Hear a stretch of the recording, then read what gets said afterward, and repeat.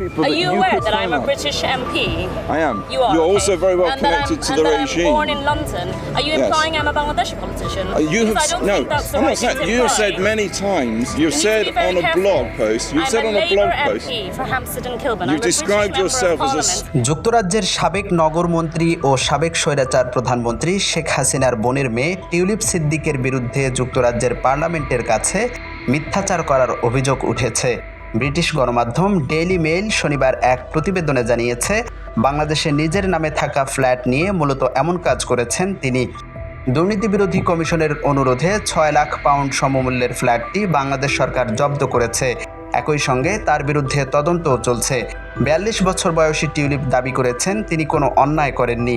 তবে daily mail গত সপ্তাহে ঢাকা সাব রেজিস্ট্রি অফিসে অনুসন্ধান করে জানতে পেরেছে টিউলিপ সিদ্দিক এখনও ফ্ল্যাটটির মালিক, যেমনটা দুদক দাবি করছে।